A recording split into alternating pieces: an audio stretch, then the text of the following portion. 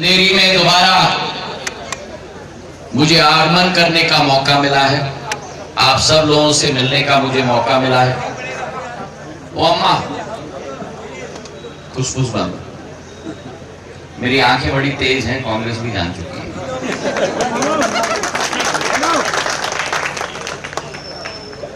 और आज ये पोलिंग बूथ के कार्यकर्ताओं का सम्मेलन है। एक अब आप कृपा करके उधर ही रहो, मैं वापस उधर आ जाऊंगा भैया। एक पोलिंग के कार्यकर्ता के साथ एक चर्चा, एक मिलन और एक परिचय। इस वाले पोलिंग में डब्बे बंद करो। ओ दादा, डब्बा बंद करो। हाँ, तुम्हारे हाथ में जो डब्बा है, हाथ में ये डब्बा वो चीज है, डब्बे के बिना कठिनाई, डब्बे के साथ कठिनाई। उठाओ तो प्रॉब्लम, ना उठाओ तो प्रॉब्लम। बंद करके रखो अभी मीटिंग में। तो ये एक परिचय सम्मेलन, आप लोगों के साथ चर्चा करने का एक सम्मेलन मैंने आयोजित किया है। और उसका प्रमुख कारण ये है कि भारतीय जनता पार्टी, हमारी पार्टी नेताओं की पार्टी नहीं है। हमारी पार्टी कार्यकर्ताओं की पार्टी है। और यहां अगर किसी का पहचान, किसी का महत्व है, तो भारतीय जनता पार्टी के आम कार्यकर्ताओं का महत्व है। और आज अगर आपके बीच में मैं आया हूं, तो आपके बीच में मैं भारत सरकार के मंत्री के रूप में नहीं आया हूं, मैं सांसद के रूप में नहीं आया हूं। मैं आपके बीच में अगर आया हूं तो आपके परिवार का सदस्य और आपका परिवार का मुखिया भी बना है। कल रणभूमि की गूंज बज चुकी है। अब आप और हमें रणभूमि में उतरना है। और ये रणभूमि, ये याद रखना, ये रणभूमि केवल भारतीय जनता पार्टी के झंडे को बुलंद करने वाली रणभूमि नहीं है। ये रणभूमि जो पिछले 18 वर्षों से भारतीय जनता पार्टी ने, जिस कांग्रेस ने इस मध्य प्रदेश को बीमारू राज्य बना दिया था, सड़क नहीं थे, बिजली नहीं थी, पानी नहीं था। याद है, चंदेरी में पानी भी नहीं था जब तक मैं पानी लेके आया था राजघाट से। आप कितना हाहाकार मचता था हमारे शहर में। हमारी महिलाएं सुबह सुबह उठकर बाल्टी लेकर टैंकर के पास खड़ी हो जाती थी पानी लेने के लिए। आज पर्याप्त मात्रा में पानी आ रहा है। हमारे प्यासे कंठों को बुझाने का कार्य, जो लोग कहते थे कि सिंधिया जी सपना दिखा रहे हैं, राजघाट से कभी पानी नहीं आएगा। और मैंने तब भी कहा था, मैं आज भी कह रहा हूं, संभव कार्य है तो मेरे पास मत लाना, असंभव कार्य है तो मेरे पास लाना। असंभव को संभव बनाना मेरी जिम्मेदारी है। आज आप लोगों ने सुना भी होगा, ग्वालियर में बड़ा एयरपोर्ट बन रहा है 500 करोड़ का। रिकॉर्ड टाइम में बनाकर मैं तैयार करने वाला हूं। पूरे विश्व का कीर्तिमान हम स्थापित करेंगे। 16 अक्टूबर को गृह मंत्री अमित शाह जी आए थे, शिलान्यास किया था, और ये साल निकलने के पहले ही उसका लोकार्पण भी 500 करोड़ रुपए का एयरपोर्ट का मैं करा। ये कमाल है प्रधानमंत्री नरेंद्र मोदी जी के नेतृत्व में। टारगेट बनाना, लक्ष्य निर्धारित करना और उस लक्ष्य की पूर्ति करवाना, और यही हमें जनता जनार्दन तक पहुंचाना है। और अगर जनता जनार्दन तक पहुंचाना है तो कैसे पहुंचाया जाएगा? कैसे पहुंचाया जाएगा? मतदान तो करेंगे, पर जनता तक सूचना कैसे पहुंचाया जाएगा? कौन करेगा? कौन करेगा? कौन करेगा? अरे मेरा जोश कहां गया? मेरी चंदेरी के कार्यकर्ताओं का कौन करेगा? कौन करेगा? कौन करेगा? कौन करेगा? अरे जोश चाहिए, ज्यादा बोलो, कौन करेगा? हाँ, अब हुई ना बात।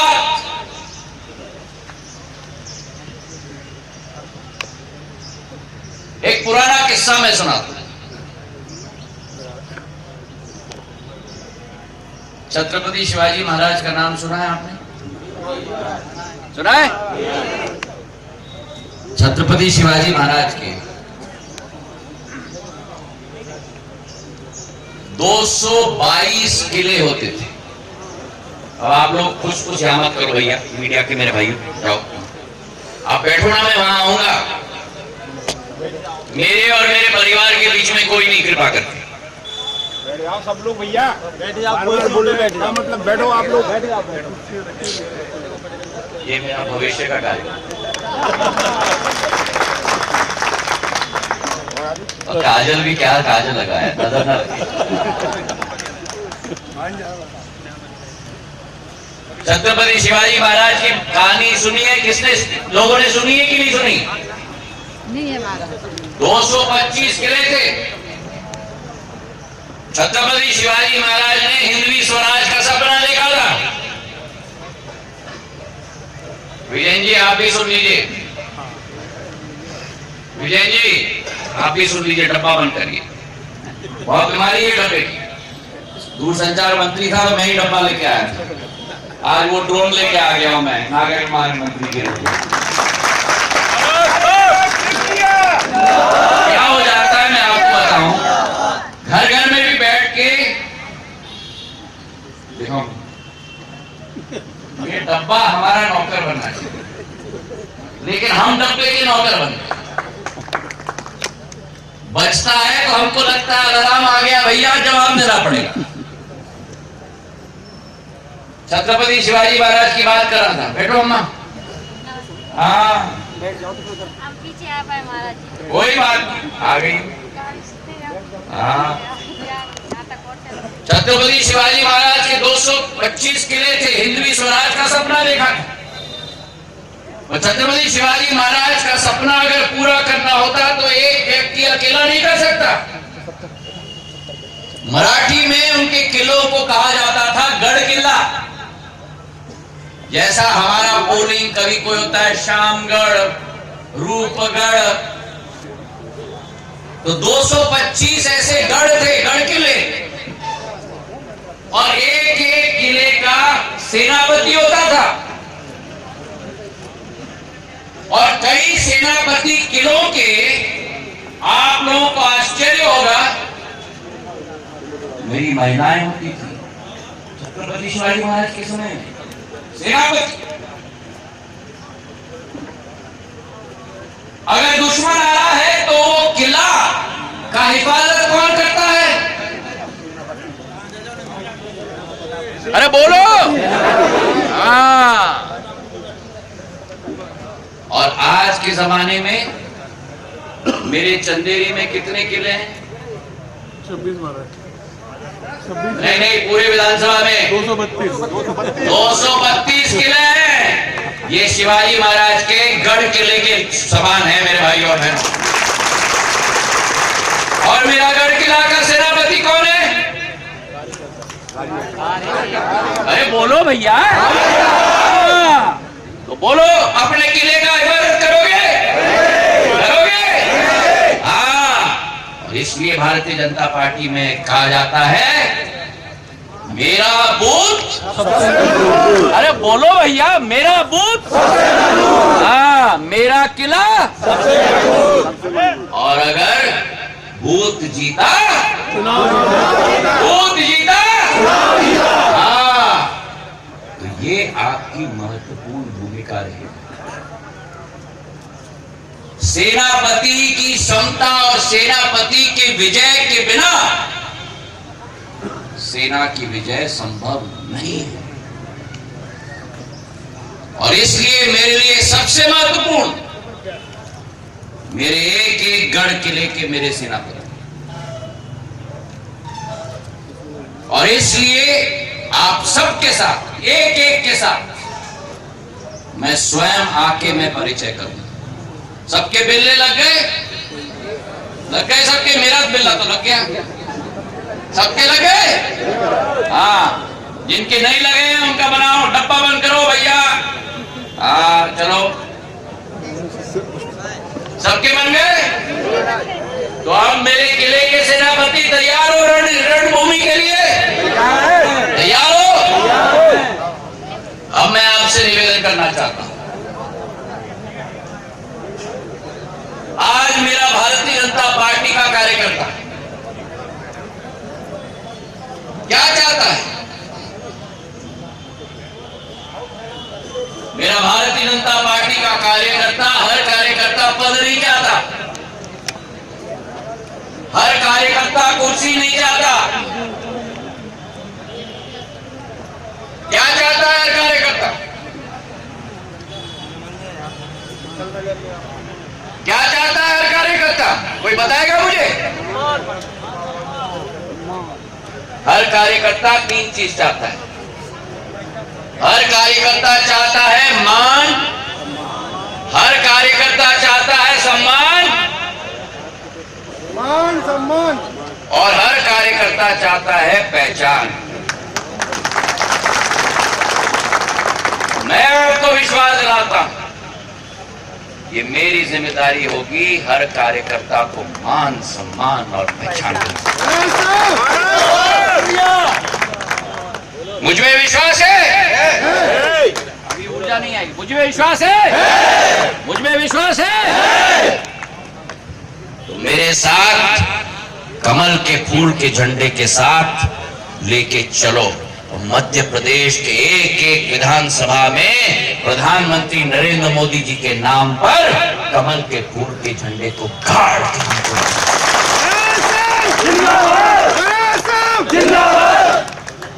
अब मेरे साथ अगर सहमत हो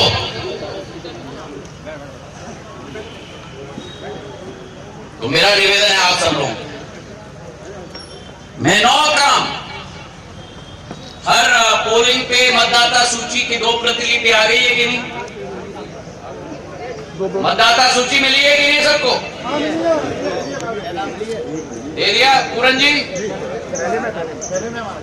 केदार मोदी जी कहाँ गए? केदार जी पोलिंग मतदाता सूची दे दी? बैग में रखी है।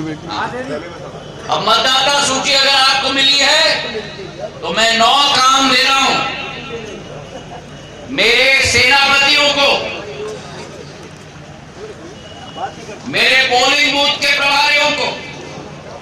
9 काम पोलिंग बूथ के प्रभारियों को दिया जाएगा और 6 काम मेरे पन्ना प्रभारियों को दिया जाएगा। तैयार हो करने के लिए? अरे जोश के साथ तैयार हो करने के लिए? तो एक एक टेबल पर एक व्यक्ति कलम और कागज निकाल के तैयार रखें। बूथ अध्यक्ष लिखो, एक भी कोई नोट। एक एक व्यक्ति कलम और कागज, कौन लिखेगा यहाँ? चलो निकालो कागज और कलम। अगर नहीं है तो हाथ उठा लो, किसी के पास कलम हो ना हो या कागज ना हो। बैग खोलो, बैग में सब है।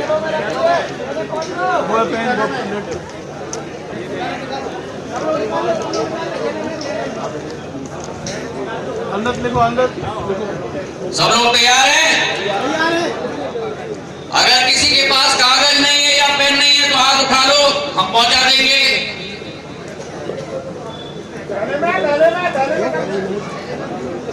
सबको मिल गया? सबने निकाल लिया? थैले में, थैले में निकाल लिया? अब थैला खोलो, थैले में सब है। थैले में सब है भैया। हाँ। अब पहले मैं हमारे पोलिंग बूथ के कार्यकर्ताओं से निवेदन करने वाला हूं, इधर बैठ जाओगे, खड़े मत रहो यहाँ। चलो,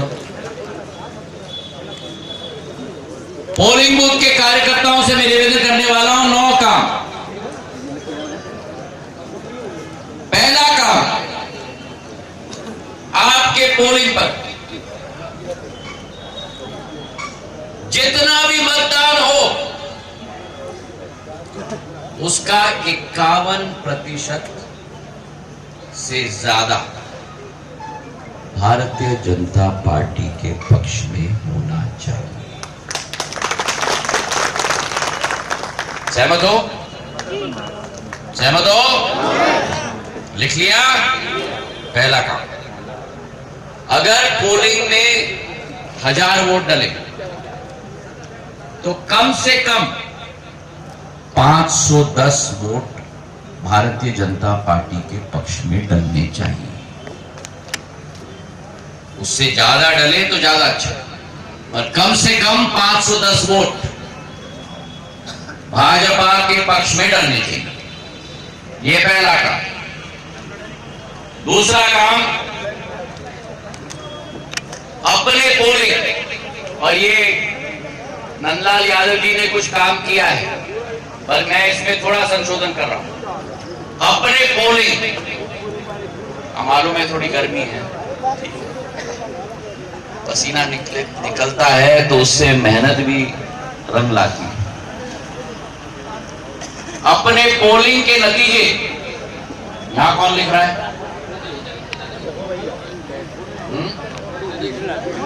हाँ? तो लिख लो ना इनके लिए।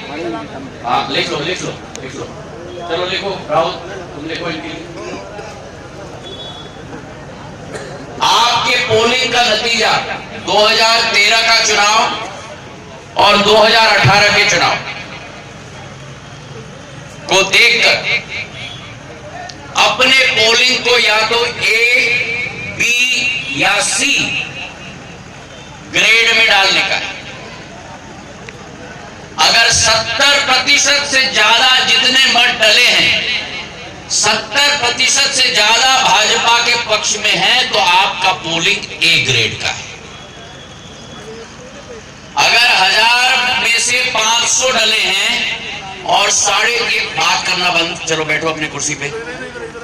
अगर 500 मत डले हैं, 350 से ज्यादा भाजपा के पक्ष में डले हैं तो आपका पोलिंग ए ग्रेड का है। अगर 51% से 70% तक वोट डले हैं भाजपा के पक्ष में तो आपका पोलिंग बी ग्रेड का है। मतलब जीत हो गई पर कम मार्जिन से हुई, बी ग्रेड का है। और अगर 51% से कम वोट डले हैं तो आपकी पोलिंग सी ग्रेड की। पिछले 2 विधानसभा के नतीजे को निकालकर अपने पोलिंग का ग्रेडिंग करो ताकि आपको मालूम पड़े कि धरातल पे हम लोग कहां खड़े हैं। और अगर हमारी पोलिंग सी ग्रेड की है तो हमें अपनी पोलिंग बी ग्रेड की बनानी। अगर हमारी पोलिंग बी ग्रेड की है तो हमें ए ग्रेड तक ले जाना है। और अगर हमारा पोलिंग ए ग्रेड का है ए प्लस बनाना है। अरे वाह, ताली बजाओ। ताली भी कंजूसी मत करो भैया, ताली बजाओ यार। ए प्लस बना, तो ये हमारा दूसरा काम। तीसरा काम, हमारा पोलिंग बूथ पूर्ण रूप से सर्वव्यापी और सर्वस्पेशी होनी चाहिए। क्या मतलब इसका? कि अपने पोलिंग पर अपनी जातिगत आधार देखो और हर जाति का प्रतिनिधित्व आपकी इस सेनापतियों की टीम में शामिल होना चाहिए। छोटी जाति, बड़ी जाति, महिला, युवा, चारों श्रेणी के लोग जो आपका पोलिंग का मेकअप है। अब इनका पोलिंग का मेकअप इनके पोलिंग से अलग होगा, इनका पोलिंग का मेकअप इनके पोलिंग से अलग होगा, पर जो इनका पोलिंग का मेकअप है उस मेकअप ये सेनापतियों की टीम में होना चाहिए। ये आपको निश्चित करना होगा, क्योंकि उस समाज का वोट अगर लेना है तो उस समाज का कार्यकर्ता ही जाए उस समाज के लोगों से मिलने के लिए। ये तीसरा काम। सहमत हो? चौथा काम, हमारी जो बूथ समिति की बनी हुई है, ये मेरे 11 सेनापति जो इस टेबल पे बैठे हैं, ये बूथ समिति की बैठक हमारे पास केवल अब 37 दिन बाकी, 17 तारीख को मतदान, आज हो गया 10 तारीख। ये बूथ समिति की बैठक हर 3 दिन में निर्धारित होनी चाहिए। जहां सारे सेनापति, अगर 11 सेनापति हैं तो 11 की 11 बैठे, चर्चा करें। पिछले 2 दिन में हमने यहां दौरा किया, मैंने ये पाया कि महिलाओं के हमारा प्रतिनिधि नहीं है, महिला को लाके हमें लाना होगा, या थोड़ा हमारे आदिवासी समाज के लोग मतदान के दिन में बाहर गए हैं, व्यवस्था करनी पड़ेगी उनको वापस लाने के लिए। हर 2 या 3 दिन में आपकी बैठक होनी ही चाहिए, और आपकी बैठक होने के बाद जो जो बैठक में चर्चा हुई वो लिखनी चाहिए, और सभी 11 सेनापतियों का हस्ताक्षर उस पे होना चाहिए। क्यों? कोई मुझे बता पाएगा ये हम क्यों कर रहे हैं? पुराने अब मैं थोड़ा अपने आप को नौजवान तो नहीं कह सकता, पर नौजवान समझता हूं, पर मेरी आत्मा बहुत बूढ़ी है। पुराने जमाने में क्या होता था? जब संग्राम होता था, युद्ध होता था, तो युद्ध सूर्यास्त के बाद विराम हो जाता था। उस जमाने में, आज के कलयुग के जमाने में नहीं कि रात को भी लड़ाई करो भैया, आजकल तो रात की लड़ाई हो जाती है। उस जमाने में सूर्यास्त के बाद युद्ध में विराम हो जाता। और क्या होता था रात को? सेना के सारे सेनापति आग के चारों तरफ बैठते थे, चर्चा करते थे कि आज ये घायल हो गए, आज हमारा ये रेजिमेंट में कठिनाई आई, आज हमको यहां देखना है, दुश्मन उधर से प्रहार कर रहा है, कल की नीति क्या होगी? अरे भैया तुम जाना फॉरवर्ड, तुम जाके यहां करना, तुम जरा पीछे का तोप देख लेना, तुम ये करना। ये रात को सब चर्चा होती थी ताकि अगले दिन की रणनीति रात को बनती थी। और वही चीज जब मेरे 11 सेनापति बैठेंगे हर 2-3 दिन, तो उसका विश्लेषण होगा, और फिर संयुक्त रूप से मिलकर काम होगा। नहीं तो दायां हाथ उस तरफ, बायां हाथ इस तरफ, एक टांग इधर, एक टांग उधर, सिर उधर, और भगवान जाने क्या हो रहा है। सही है कि नहीं? तो हर 2 या 3 दिन में आपकी बैठक होनी चाहिए और समीक्षा होनी चाहिए। हमारा स्ट्रॉन्ग पॉइंट क्या है? अरे बैठ जाओ भैया, बैठ जाओ। नोट कर रहे हो? उसको डिस्टर्ब मत करो जब वो नोट कर रहे हैं, कान में खुसफुस कर रहे हो। हमारा स्ट्रॉन्ग पॉइंट क्या है, हमारा वीक पॉइंट क्या है, क्या हमको करना है, ये 4थी जिम्मेदारी। नोट कर लिया? सहमत हो? अब 5वीं जिम्मेदारी। आज जब आप लोग यहां से निकलोगे,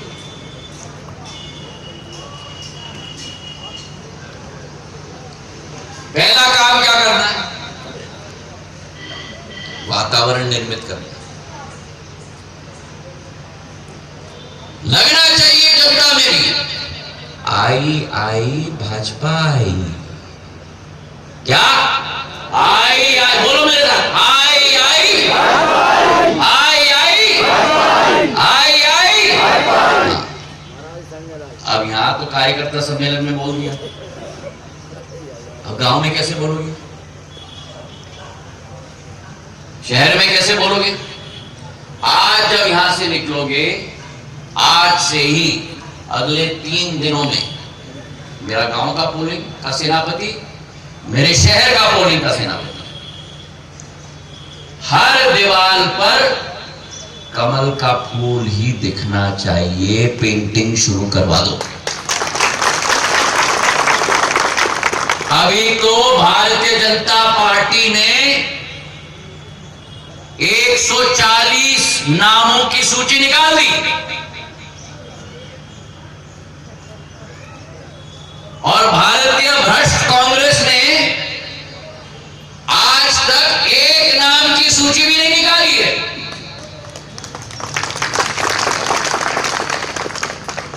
क्या मतलब?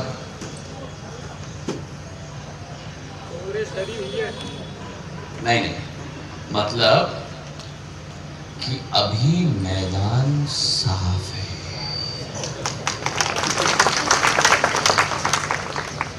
तो पटा दो मैदान को। उनके लिए जगह बाकी नहीं होना चाहिए। जब उनका प्रत्याशी घोषित हो, सारा का सारा दीवार लेखन का काम अभी से शुरू हो जाना चाहिए। सब हमारी मोनोपोली हो जानी चाहिए। सही है कि नहीं? सहमत हो? हाँ। अब ये जोर से मत कह देना यहाँ सहमत हैं और फिर घर जाके बैठ जाना। हाँ, सहमत है मतलब वही दिल में ज्वालामुखी है कि हाँ महाराज जी कहा है, हम निकल गए। और पूरा फोटो वोटो लेकर अपने मंडल अध्यक्ष सोनी जी कहाँ हैं? यहाँ खड़े हुए हैं। लोधी जी कहाँ हैं? हाँ, इधर आ जाइए।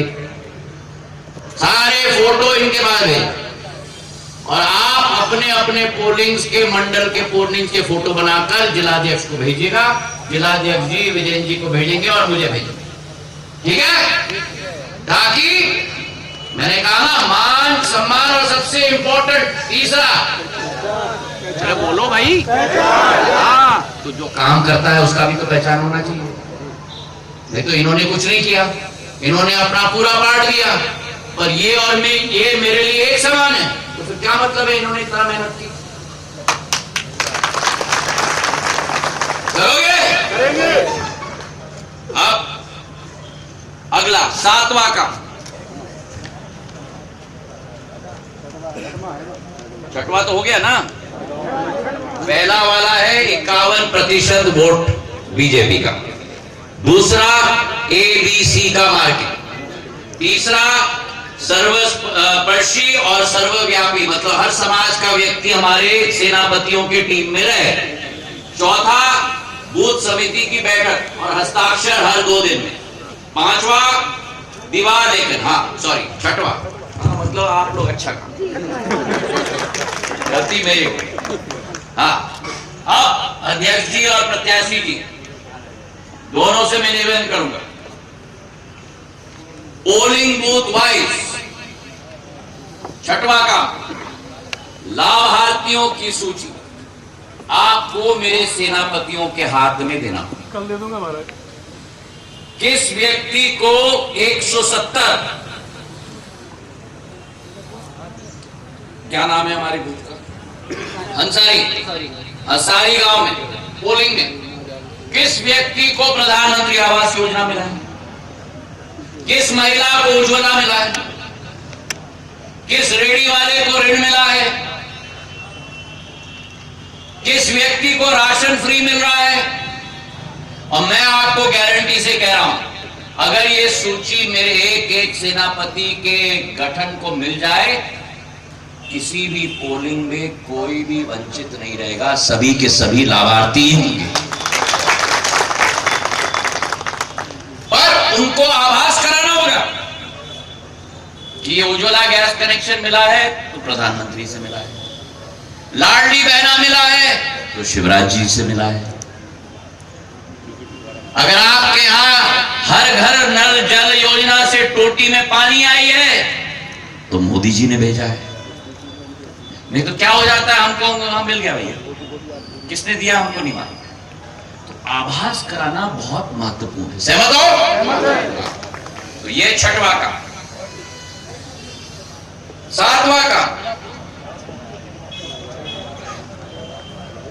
और ये यहां थोड़ा डब्बा का काम आ जाता है। हमारे सेनापति की जो टोली है, ये सेनापति की टोलियों का और पन्ना प्रभारी की टोलियों का एक व्हाट्सएप ग्रुप बनना चाहिए, ताकि अगर ये संकट में है, फट करके डाला इन्होंने, पूरी टीम आ गई है इनको मदद करने। अगर ये कहते हैं कि भैया इनके घर में कोई अभी नहीं पहुंचा, तो आप में से एक पन्ना प्रभारी को पकड़ के उनके घर में भेज दोगे।